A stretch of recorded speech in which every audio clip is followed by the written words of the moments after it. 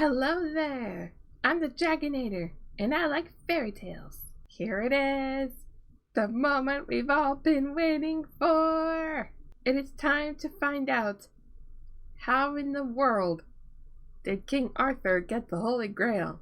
I have heard things about the Holy Grail, and there are plenty of movies that talk about the Holy Grail and how King Arthur was looking for the Holy Grail, at least at some point in his lifetime. There was one in particular that I find extremely funny because in the end he ends up not finding the Holy Grail.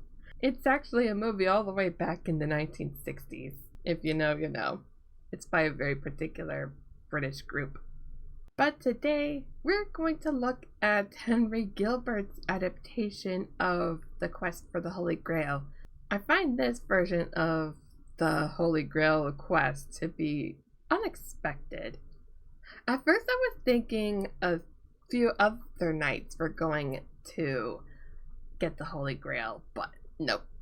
There was actually one knight that I did not recognize that ends up finding the Holy Grail, and he joins with two other knights. And here is how it goes. Merlin had talked about the Holy Grail before. He said that soon 3 good knights would find it, and people must hope that it could solve the problems with the kingdom. As King Arthur's reign continued, more people started doing evil deeds. The pieces, unknowingly to King Arthur, were coming together. A knight, Sir Bors, was not having a good day. He found an abandoned castle, and since it was abandoned, he was able to sleep there. Late at night, someone with a spear wounded him, though he was able to defend himself. He couldn't sleep the rest of the night. The next morning, he was going to leave the castle, but couldn't escape because the gateway turned into a door completely locked. Sir Bors was stuck in the castle for 3 days, wounded and hungry, when another tried to fight the poor knight. He was able to defend himself again, and it turned out to be just floating armor. With all these and a boar, he was exhausted and hungry, when there eventually was food in his vicinity.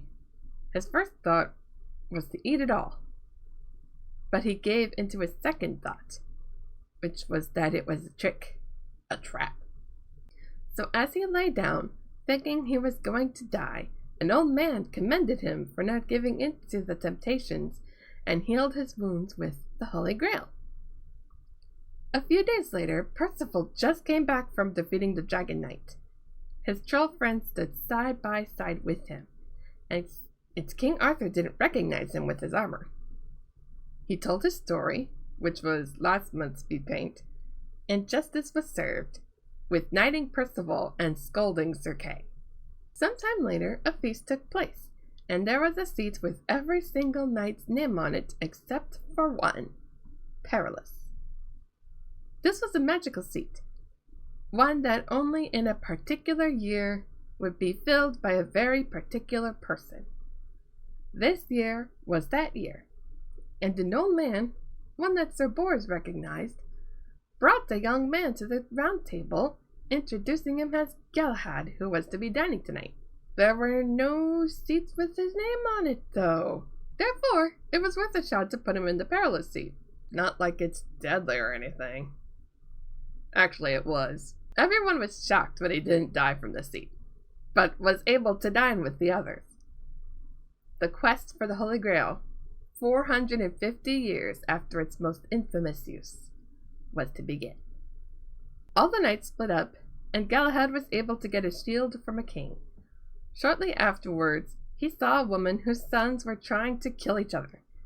He was able to split them up and promised to get along. This was just one example of the evil that befell the land.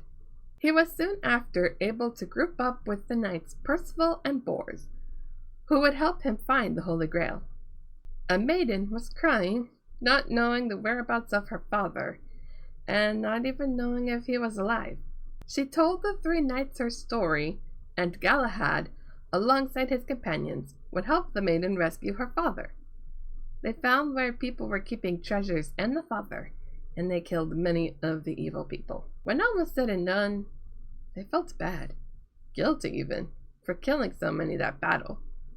As they were ruminating in their thoughts, an old man in a robe told them that they knew they were good knights who would find the Holy Grail. The maiden and her father reunited and left them, following the old man. They were able to find the dining room in the castle, and there was a gigantic table. This table had the Holy Grail, and they ate and drank until they were full. The old man had told them that the Holy Grail was to be taken from them, never to be seen again. The country was too far gone to have the Holy Grail be the answer to their problems. "Is there anything we can do?" asked Galahad and Percival. "Can we do anything to bring this country back to good?" "No," said the man. "It had been decided since long before you were born. The reign of King Arthur is going to encounter a terrible fate. Percival and Galahad will come with me to the afterlife, but Bors is to stay." After a bright light shone, it was as the old man said, and Bors was the only one left in the room. No more old man, no more Galahad and Percival, no more Holy Grail. He went back to Camelot alone, weeping and mourning for his country and his allies.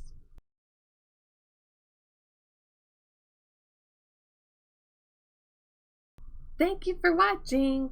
I hope that you enjoyed the video, even though the ending was actually pretty unexpected. Honestly, with what happens afterwards, I really should have expected it. However, that will be next month.